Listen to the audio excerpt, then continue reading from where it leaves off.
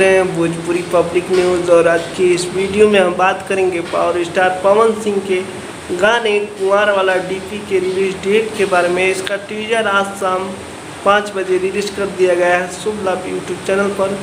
और इसका मतलब फुल वीडियो सॉन्ग के रिलीज डेट के बारे में बात करेंगे। तो अभी तक टीजर नहीं देखे हैं तो जाकर टीजर शुभ लाभ यूट्यूब चैनल पर देख सकते हैं। काफ़ी कमाल का टीजर है, बहुत छोटा टीजर है, 29 सेकंड का टीजर है और बहुत ही शानदार टीजर बनाया गया है। और इसके रिलीज डेट के बारे में बात करें तो इस गाने को गाया है पावर स्टार पवन सिंह और इसके वीडियो गाने में नजर आएंगे महिमा सिंह और पावर स्टार पवन सिंह की जोड़ी देखने को मिलेगी। और इस गाने को लिखा है प्रिंस प्रियदर्शी जी ने और इसमें म्यूजिक दिया है प्रियांशु सिंह ने।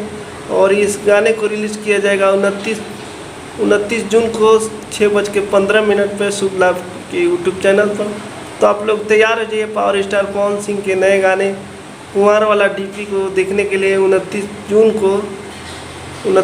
को तैयार हो जाइए शुभ लाभ चैनल पर 6:15 पर देखने के लिए। तो आप लोगों को ये न्यूज़ कैसा लगा कमेंट करके ज़रूर बताइए।